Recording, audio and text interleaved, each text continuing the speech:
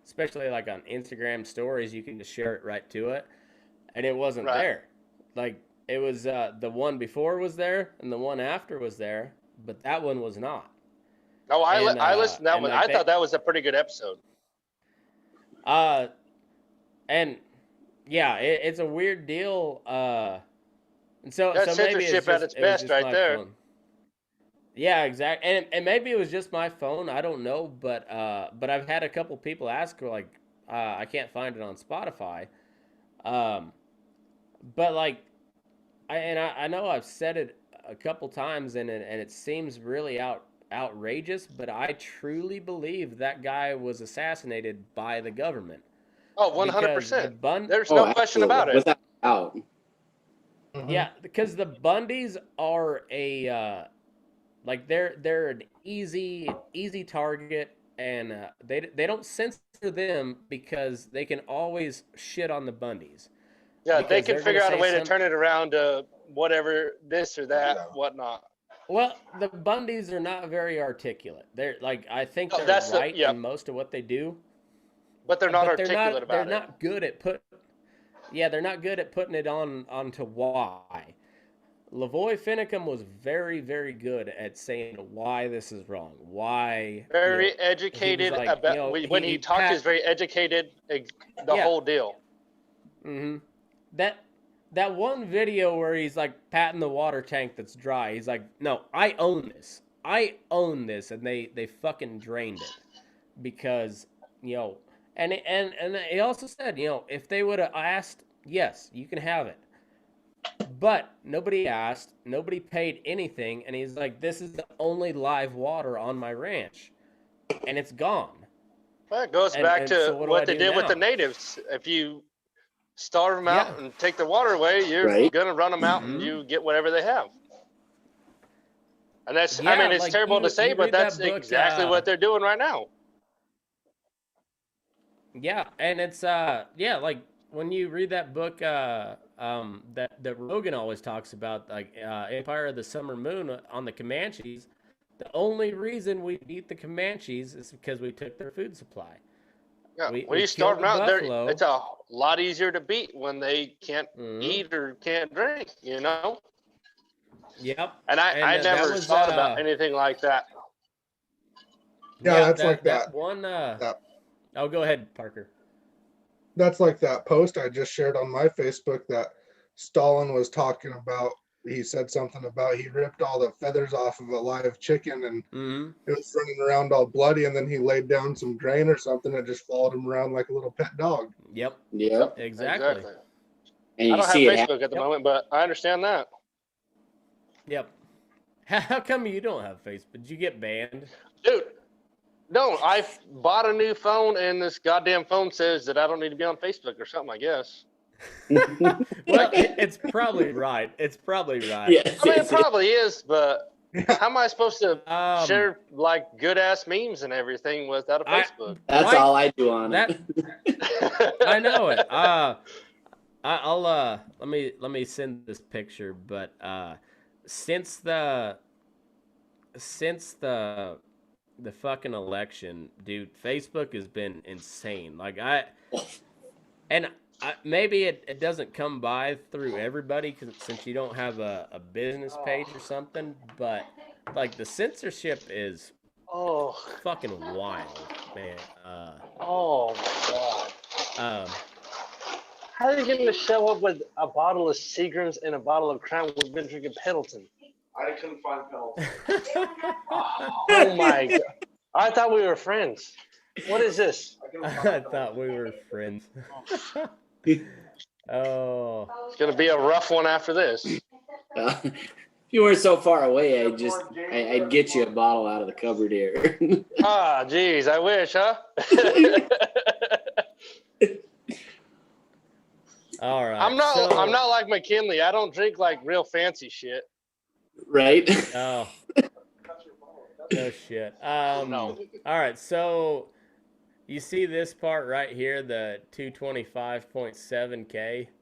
Yeah. Yep. Okay, so that's over the last 28 days. That's how many people I've reached through the Facebook Why does it page. say down 78%? What the hell's that shit about? Censoring. So before 2 weeks before the election, I was at 1.48 million. What? Damn. Yeah, Holy. dude, If that ain't censorship, I don't know what insane. is. It's insane. Like it is. I'm. It pisses me off, and like I don't know. I don't know where to go from there, but like, and the bad part But is like, it's well, the and I could, well, it don't matter. I won't show it again, but, we understand. so I've Internet got like celebrity here. 13,000 followers on Facebook, and I've got like 2,000 followers on Instagram. That's it.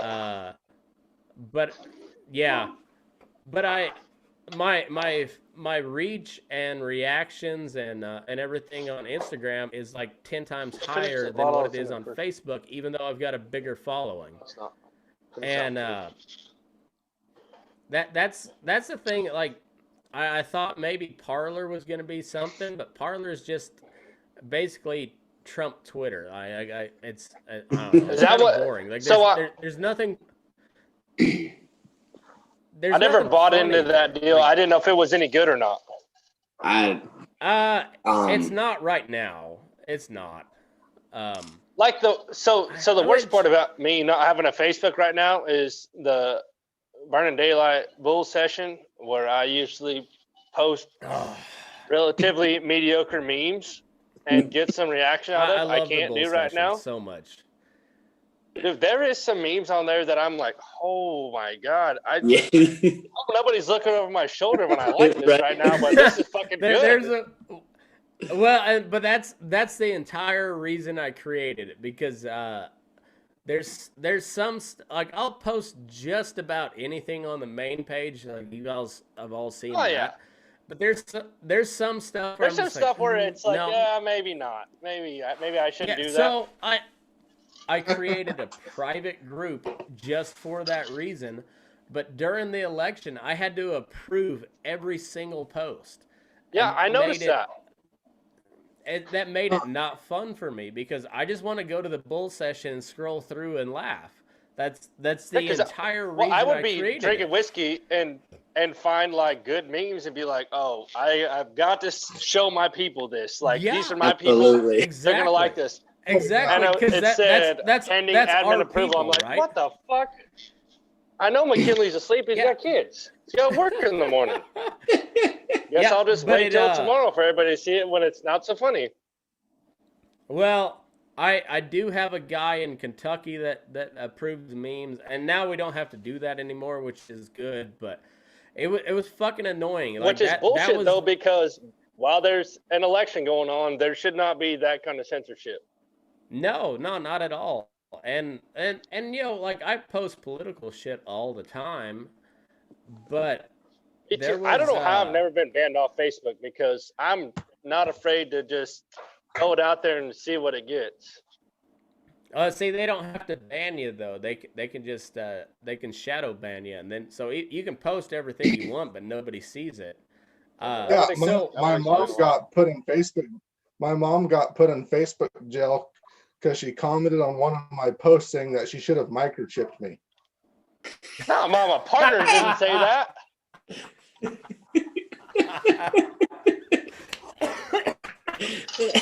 Oh, that's awesome. Fucking old awesome. Mama Partner. Oh, dude. I gotta piss. You guys keep going. I can hear you here, but it sucks getting old. I've got a bladder the size of a pea, I think. I've had to piss for 20 minutes, but I was just going to say somebody else to do it. I didn't know it was quite loud yet. Huh? Hey, Jake, when Matt gets back, you need to tell him the story of how I got the name Partner. That is her name. Your name is Partner Jordan. Well, I know I've definitely introduced myself like that before, and the guy was like, "That's what your birth certificate says?" I was like, "Yes, sir, 100%." And he's like, "There's no way your name is Partner." Hey, you need to just tell McKinley that that's a typo on your Zoom name, and just be like, "Hey, I just realized it says my name is Parker on there. My name is really Partner." And then just tell them the story about how that little black guy with the huge wiener named you Partner. The dude that the nigga need a tie down. Yeah, that nigga need a tie down. I don't think he'd say that. I think he'd say that on Facebook Live. So when you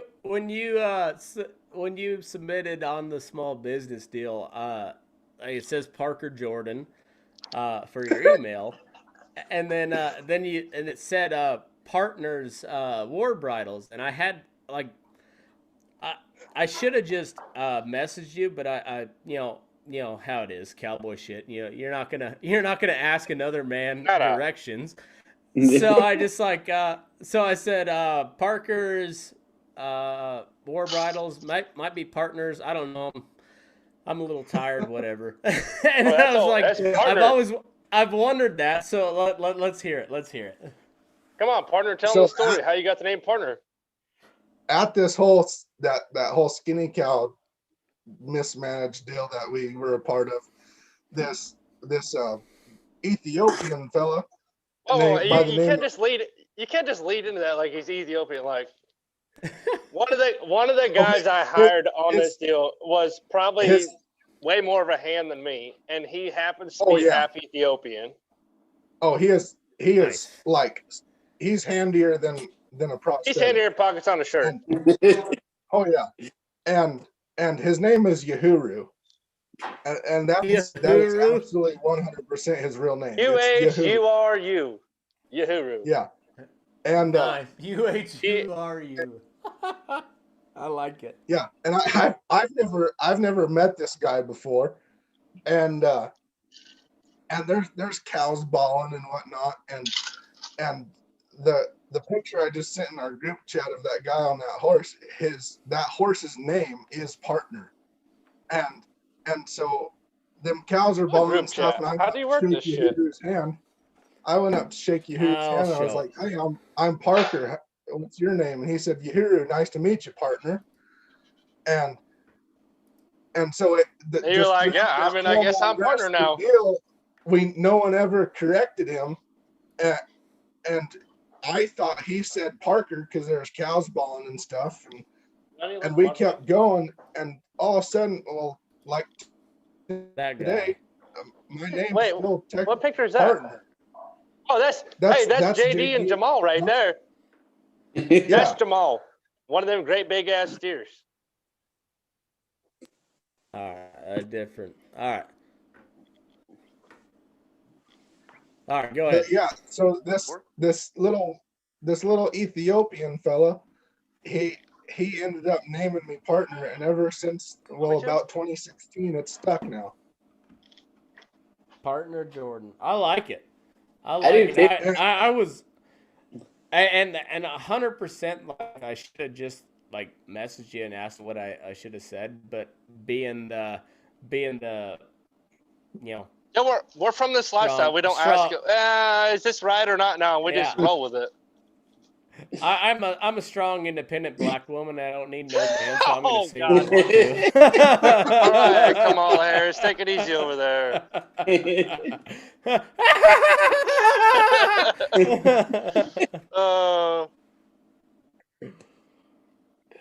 What a weird bitch. God damn it. Dude, what a weird fucking time we live in. Funny. Oh, absolutely. What a terrible time at the same time. You know, I can make a killing right now if I just go straight up hardcore Trump and do that whole deal, but fuck it. I don't. It ain't worth it. Or on my phone. We'll just no, it's not. I'll tell it how I see it, but yeah. What's your name, sister? God damn it! It's gonna be a hilarious. It's going to be a hilarious 4 years with Joe Biden as president. Well, I don't know. I give him 6 months. I did not. He steps down. Dude, and he is bound and determined to be the old president, but he's only going to last about 3 months before they enact the 25th Amendment or whatever they passed? 25th. Yeah. Yeah, 25th. I think 6 months and he's out. Excuse me? I'm gearing up to lose my day job. Yeah, you're a coal miner. Yeah. You're fucked, I'm buddy. fucked. You are fucked. Yeah, you're way more fucked than the rest of us. Yeah, well, Yeah. cows are back up, so we're doing Well, all right. I don't know, Jake. You're in California. Gavin Newsom is Oh, Dude, Gavin Newsom is a fucking joke. All them fires that went through California, they went through a mountain town that I'd go to all the time called Shaver, California. It's a Shaver Lake. And there was a store there called Cressman's. A historical store. I mean, that store's been there forever. Yeah. Oh yeah. How far were you guys from Likely? Likely is I'm trying to think. Likely's a long ways from where I live. It's probably 4.5, 5 hours from where I live right now. I say because it's quite a ways up north, right? Yeah, it's up north quite a ways, but right. I actually had a job to go work up there. Oh, okay. I think I know who you work for, but I won't talk about it. We'll talk about that off air. But yeah, I have no problem talking about him, but I don't want him getting in any trouble. So no, not at all. He's a fucking great guy. So I won't. Yeah, that's all that. But I think your boss is the reason why I had a job at a place a couple times. But yeah, that one place. Yeah. Over yonder at one time. Yeah, he's a good dude. It's great dude. It's all great dude. It's all coming around where you were. You're a team roper, so yeah, it makes sense. Yeah. But that was back in the day. I'm not one of them people anymore. Don't compare me to them. Well, I know, but you still know those people, and I'm not saying that it's a bad thing. You're just No. It makes a lot of sense because we know the same people, I think. Yeah. We're actually trying to start our own feed yard deal, and I didn't realize what all goes into starting your own feed yard. I thought it was just buy some feed, get some cattle in there, no big deal. Well, that's what it should be, but it never is. That's it's always so and so said they'll do this or that, Yeah, Jake, he told me it takes 45 minutes for him to mix a load of feed, and I was like, I feed about what is it, like almost 90,000 pounds of feed in 2 hours. You feed 10 times the feed that I feed out of my piece of shit feed truck, but hey, we're just out here feeding cattle, old son. Come on, right? Come on, we're just saving lives every day. Oh yeah, like that Snapchat I sent you guys. I had the old brainer and the skid steer today. I love it. So like my sister-in-law bought a steer and we butchered it there at the feedlot today, and which obviously I won't post any names or whatever. If you're around the area, you know where I work at. But anyhow, I can't say it out loud. But no, you don't want to do that. No, and I really feel bad because I'd like to give my boss a shout out because he really is fucking cool. Like he's if he ain't paying for the show, no shout outs. No, but it's one of those ones where I don't want to get him in trouble because he's like the perfect he's a perfect mix of old school and new, where like your handshake is your word, but also he's like, hey, I like to work 5 days a week. But also, I need a contract. Ow, jeez. Yeah, exactly. So like he does an awesome job at what he does, and he should get credit for it. But if I mention him here, and he has for a long time. Yeah, it's probably more going to cause him than more it's trouble worth, kind of thing. Yeah. So anyhow, he's a great guy, but it's wild what it takes to get into a feedlot, and most of it is just keeping current with the fucking regulations. You know, there's nothing new about feeding cattle. Like, you got to have so much energy, you got to And have so much protein, and you got to have water. yep. Outside of that, you know, they take care of themselves. It's every other fucking And thing they put my on problem you. right now is just getting customers right now. Mhm. Everybody thinks, oh, we'll just keep feeding cows where they're at, and I mean, shit, you're feeding on your spring and summer winter grounds. Like, why the hell are you going to keep feeding cows when I can feed them cheaper over here? Yeah, exactly. And then you got pasture for the spring, and it's just, Exactly. I don't know. I told It's a weird I deal. talked to a guy the other day. I said I can feed your cows cheaper through the winter and spring, and you can plant your pastures and have something to go to. Mhm.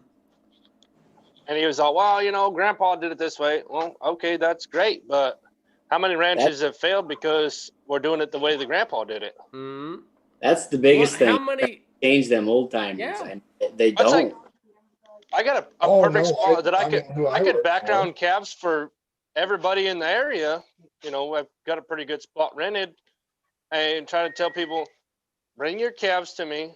We'll give them a second round of shots. We'll get them weaned. We'll get them bunk broke. We'll add some value to them. We'll do this. We'll do that. Like, oh, Grandpa didn't do it that way. We just one round of shots, took them off the cows, went to sale barn, and then this year it's been so hit and miss. They say, oh, I only got $1.10 on my 5 weights. You're like, well, I could have got you $1.30 if you'd have given me 30 days with them. There's Right. Mhm. you can't win with people that are stuck in the way that Grandpa and Yeah. great grandpa did it. See, and this is why I keep drawing that comparison to between the cowboy community and the military community, because most of it is you have no say.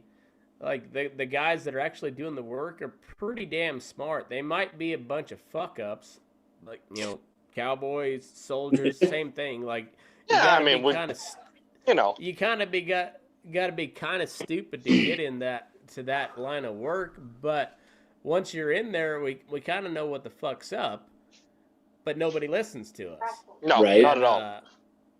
yeah, and that was like, I've only been fired one time in my life, but it was because 100% it's because I started voicing my opinion and they didn't like it. I was like, well, Was that we're already we're stretched thin as it is. But you want to add 3,000 head of Holstein steers on top of that? Like, if we're gonna do was that, we need more people. was that And up they're like, north well, or at Syracuse? If you don't, that I was guess there I at can't say that. Syracuse. There's Syracuse, yeah. Uh, Yeah, it was there at Syracuse, and like, well, if they're like, well, if we got to hire more people, it doesn't make sense. I was like, well, then it doesn't make fucking sense, because like we're already, like, my guys were 35 days in a row without a day off, 16-hour days. Like, you're not going to push them much more than Yeah. that before they just When I like, fuck it, I'm out. Oh yeah. well, and that was that feed yard I worked at. I mean, we busted our ass, and I gave it all I had for quite a while, and then eventually it became like, oh, you're going to work 7 days a week and not get a day off, and we're going to pay you this, and no company offers this and that. And I'm like, no, that's not. Yeah, I know you guys are making decent money off this. You could afford to pay me a little bit, or some kind of horse per diem or Yeah. something. Like, I'm not going to keep slaving away. And then the cow boss at the time would come to work with us, and Jesus, you might as well just told that guy to stay in his pickup, because he wasn't worth the shit anyways. And he wanted to Yeah. come sort cattle and this and that. And you're like, no, just stay out of our way. Like, we know what we're doing. And Yeah. holy shit. Yeah, it's one of those deals where, like, you know, like, you look at the country in general, and like, you see a lot of Californians and New Yorkers. It's like, well, I hate what's going on, but I can't leave. And you're like, you Yeah, you mentioned can. Adrian Brannon earlier, and she kind of catches some shit in the cowboy community, but I think she's 100% right. She's selling us "Make America Cowboy Again." uh, Yep. shirts. I think she's 100% right there. You know, like back in the day, and it's still the same today. Like if an outfit ain't treating you right, fuck you. You roll your bedroll up, you load your horses, and you move on to the next one. Absolutely. And you might give a notice, you might not, but if you don't like it, just move on. You know, Well, I but get it. You might have to uproot your family and whatnot, but fuck, man. Like if it ain't working, move out. it ain't like it used to be, because that's what I did. I said, hey, this ain't working for me. I'm fixing to leave. And they said, well, you got a contract with us. I said, no, I got a contract with the cattle, and the cattle I contracted with already left, so I'm leaving. Yeah. Yeah, so You know, but also like and on that point I can you've still got hear to you guys. know where you're like where you're at, and you got to know your rights, and so like if you didn't know that you know this was only contracted for the cattle, you know, the last turn or whatever, well, you know, some people just stay stuck in there. But Hey, there was guys I worked with at that place I used to work that had been there for 30 years and they didn't know no better. yeah, They thought that they were still stuck there instead of contracting with the cattle they were contracted with, and fuck, they're probably still there. probably. You know, And they probably don't know what Google is either, but um, oh, I'm sure he knew what Google was with his fine choice of ladies. Oh yeah, but their names are probably Pinche Pedro. Oh, you don't worry about what their names are. Every Monday morning was a good story. That was for damn sure. So we had one of those guys. He was old Manuel, and you'd call him or he'd call on the radio, and he'd maintenance people,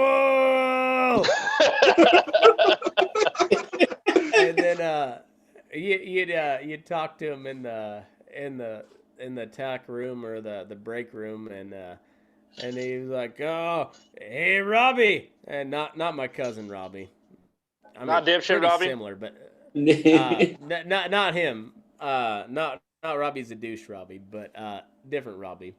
Hey Robbie, you take a heavy duty last night? Hey, heavy duty. Every fucking time. Every fucking time. That's like Jake and I worked for a cell barn, and there was a guy there named Alfredo, and he'd been there forever, but Alfredo didn't speak English too good, and the only time Alfredo spoke English was when he wanted his paycheck or when his hours were wrong. Other than that, you couldn't talk to him unless you knew Spanish. Oh yeah, he was fluent when his check was off, though. Yeah, oh yeah. But all of a sudden it was, hey, my hours are wrong. He damn sure knew how to send heart emojis to the manager. That's awesome. Yeah, I've had a couple of those. Oh fuck. Yeah. Poor Manuel, Alfredo. One time a cow kicked a gate. Gate came back to him, and it was old wood gate.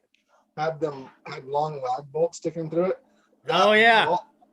Oh man, hit him right on the forehead, and he just fell over like he just bolted a cow.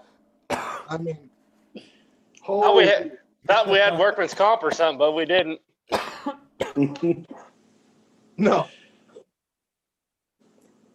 Partner, how old were you when I met you? 15, 16?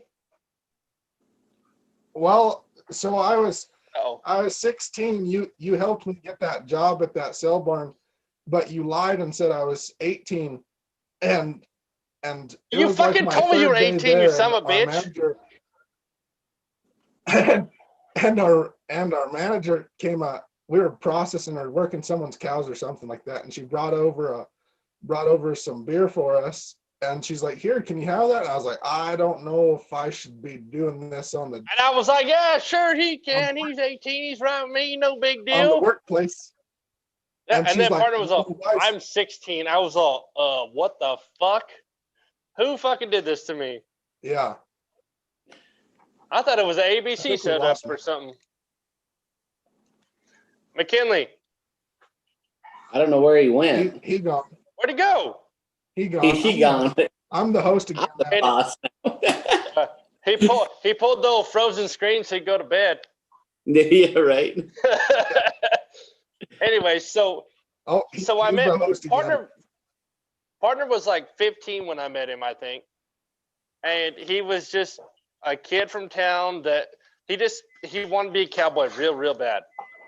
And he got introduced to me and I was all right, cool, like, yeah, everybody wants to be a cowboy. He was like, no, like I want to be a cowboy. And I'm like, yeah, cool, got it.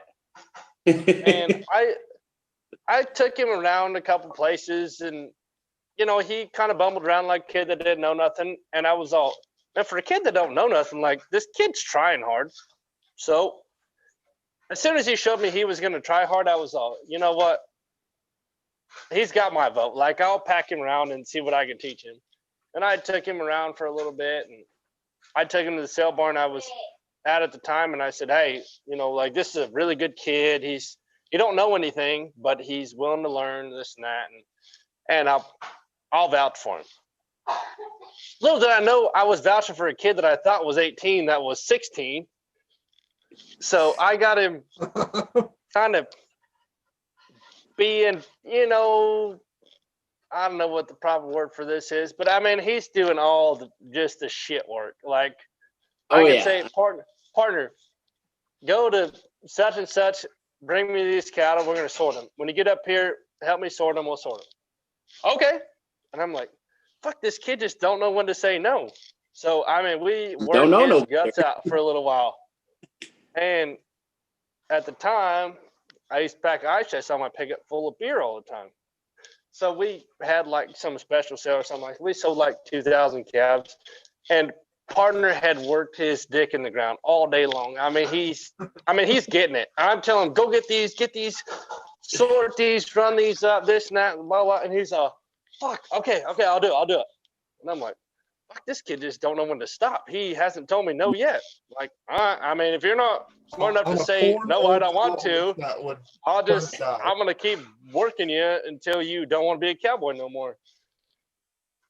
Little did I know that fucking old dingus here is just gonna give everything he's got till he's about to die. And so he makes it through the special sale, and I'm like super proud of this kid. And I'm like, partner, you did good. And the manager's all, partner, you did great. Like, when the manager went and bought some beer, you want a beer?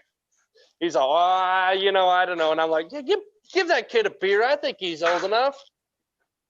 He's halfway through his first beer, and he's all, hey, I'm 16. And I'm like, what?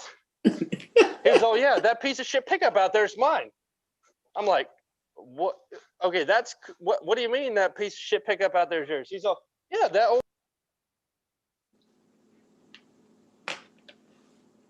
Jake, your deal just needed. Yeah. Yeah, I know, but you put me under your wing. Like, this is what happens. I'm like, oh shit, what the fuck did I just do? And he's been no partner to me ever since, and I've worked partners' guts out a million times since then. He don't quit. Did we lose McKinley or what? Yeah, I don't know. How do you call him to get his old ass back in here?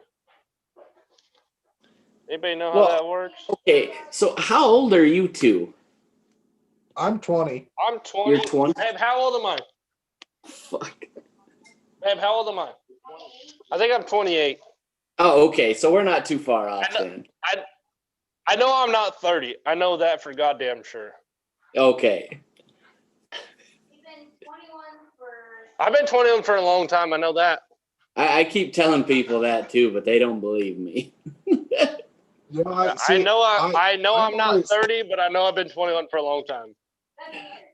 I'm a pretty big guy, and so I always used that to my advantage. I'd be 13 years old and like, you know, I was a freshman in high school and all these teachers Yeah, were that's like, why I thought he was 18. all these Hey, how do you? teachers were like, didn't you graduate yet last year? And I was like, no, I'm a freshman. I mean, Just keep I'm plugging How do you- away. Hey, I'm trying to figure out how this works. I don't know, but I gotta go take a piss. My eyeballs are floating. I'll be back. All right, you bet. Poor old water belly over there. Fucking McKinley, quit us. Jake, you went outside and you put a cigarette to your mouth. When did you start that? Oh yeah, you know, only when I drink too much. But Oh, actually, it's been a lot lately. It's some dirtbag. I don't know. Is this still going on the Facebook Lives? Oh Jesus! We're trying to get Matt McKinley, Burning Daylight podcast specialist on here, but I don't know how to work this thing. You're at 2 hours. Oh, he fucking quit us. I know he did. Partner, you know how to work this stuff yeah, better. we're still live. Call Lil McKinley. I guess we're still live Yeah. and Matt's froze on him. Anyways, so let's tell some more skinny cow stories. What do you want to talk about?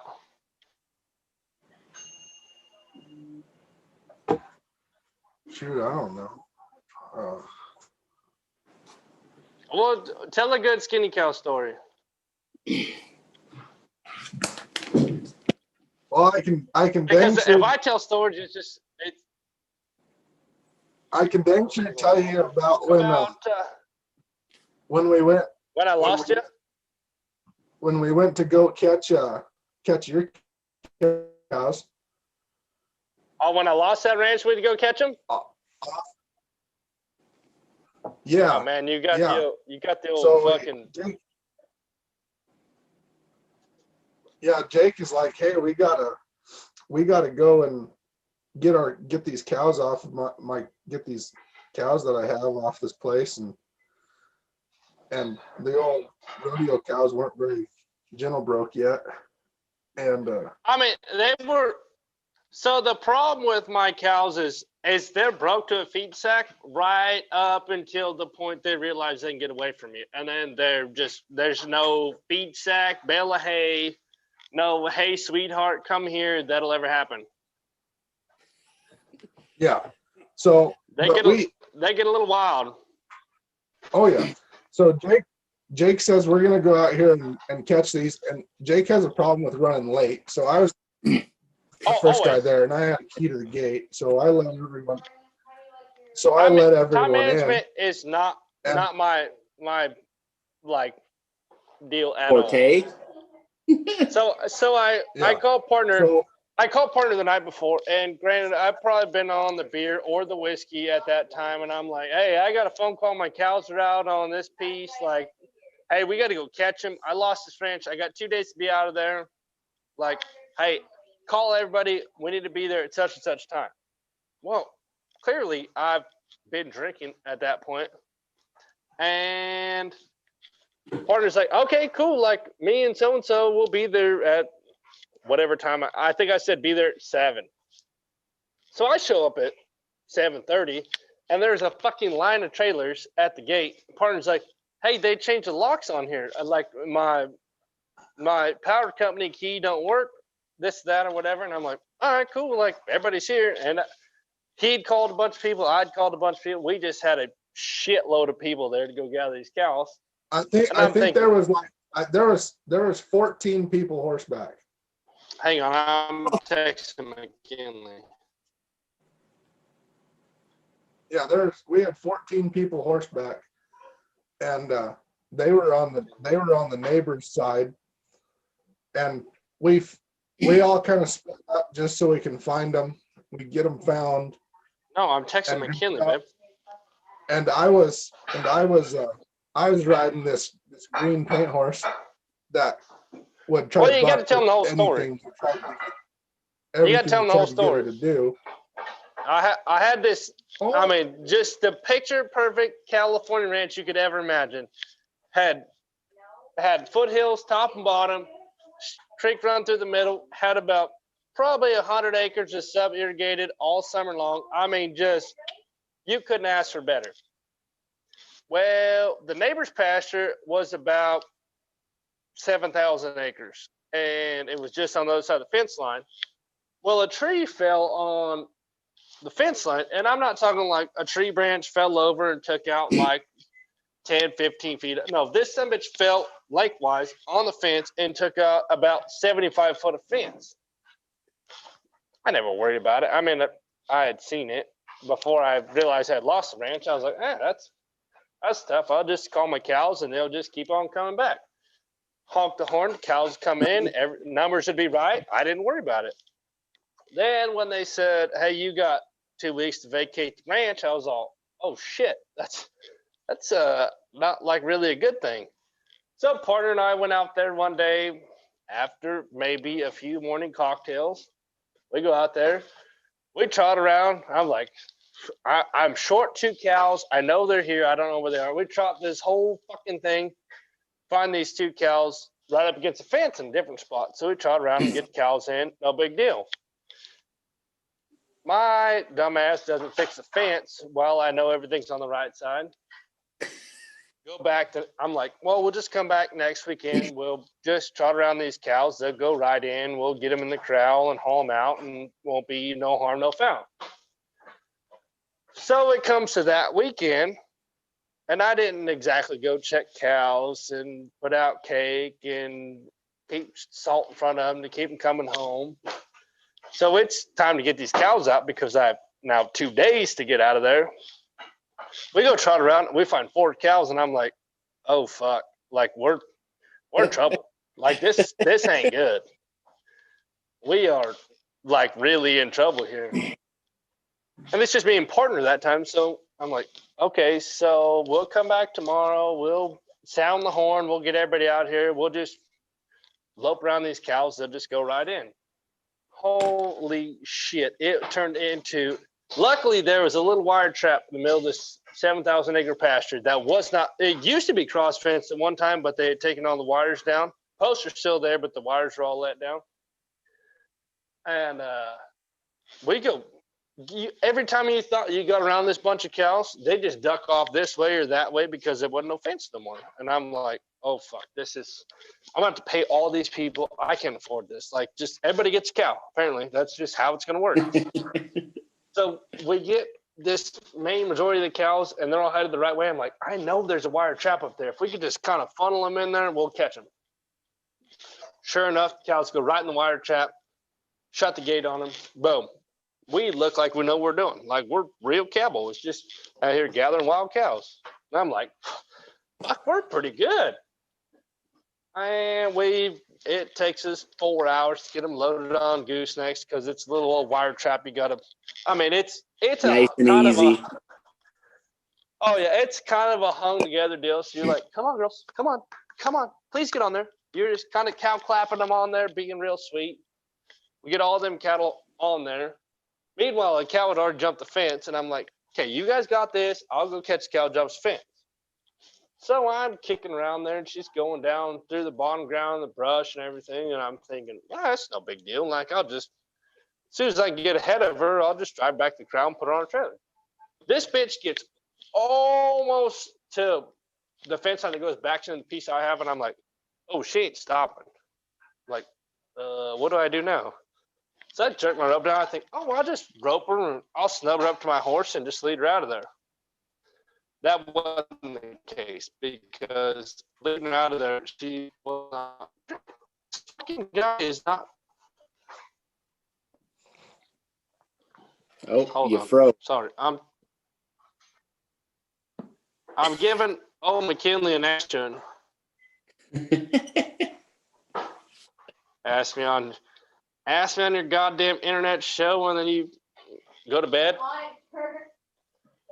So this cow, right before she jumps the fence, I'm like, oh shit, I got to rope her. So I rope this cow as she jumps the fence, and I'm all, shit. Oh damn, thanks, babe. So fabulous dinner. But I'm internet famous, so I'm not so. So I rode this cow. She jumped the fence, and it's me and this other kid that was helping me at the time. Like I'm locked off, and the cow was on the other side of the fence. I'm like, ooh, that does not look like. I don't know how else to handle this. Was it Like, hey, you got Mitchell? any fence pliers? Huh? Was it Mitchell? No, it was Donald Ronaldo. Oh, one-eyed Donald. Oh, yeah. So I'm like, hey, just kick up. I know there's a water gate. Just kick up their little waist, go to the water gate, kick through there, heal this cow, and we'll knock her down, tie her down, and come back and get her. Well, this dude takes like 2 hours to find the water gate and get there. Oh, McKinley's working on getting back on. All this goddamn good storytelling he's missing out on. So I mean, technically, isn't this our show now? I mean, I'm pretty sure it is. So Yeah, welcome to Burning Daylight with us. The two guys from Nodak and the weird Californian. We got 2 North Dakotans and a Californian. Don't you know there? Don't you know, huh? I mean, I did notice the bush light in there. Oh, you bet. Yeah. But because McKinley's off, it's not recording. Did you say it's not recording? Yeah, because when it was recording, it said recording and then the little live deal, but it's just. Oh, what the hell? Us. I didn't pay attention, I guess. Just talking We're shit still to each on other. Facebook Live, though. I'm gonna check the Facebook. Are we on Facebook Live still? Let me check. Hold on. I'm trying to see. It was over 2 hours. Yeah, you know why? No, it's only been. Oh yeah, it has been. Oh, shit. Are we Hey, still I'm- Facebook Live? Oh, you guys are live. Uh-oh. Oh, he's we back. still been Facebook I'm back. Live. We're gonna have to redo Oh, this he's fucker back. tomorrow. Oh, there He's he gonna is. call me tomorrow and say, hey, can you tell me the last hour that happened? Oh, no shit. Fucking McKinley. Oh, fuckers. I got overrun by a bunch of Northerners. I'm gonna eat my God dinner, damn. honey. I promise. He got overrun by Northerners. I blew a breaker there. I was like, what the fuck happened? Because like my monitors went out, but my lights stayed on, and like you guys were like, Hey, we stayed Facebook Live the whole time. hey, I didn't know fuck we did. yeah, I like it. I thought when you were gone that like maybe our dipshit conversation would be like between us. Nope, it was out there the whole time. It's public. Hey, that's all right. That's all right. That's great. That's how we like it. Lovely. That's how we like it. Take us. What do we take us got, as 2 you viewers? Like us. Oh, fuck! I don't even know anymore. One viewer is living in my house, so Hey, that's all right. That's all right. I mean that's good.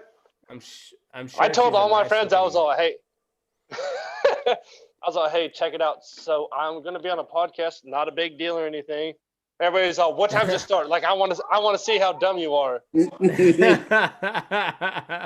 here Hey, we are. still got 3 people listening, so Hey, perfect. no, that's no awesome. And as we were talking about the Facebook censorship, honestly, and I don't like to get into all this, but like I don't like to be like the typical podcast host. But when if you like it, share it, because that's the only way that I can get around the whole censorship deal. Is like, Like it, unless share they it, just tell your friends about it.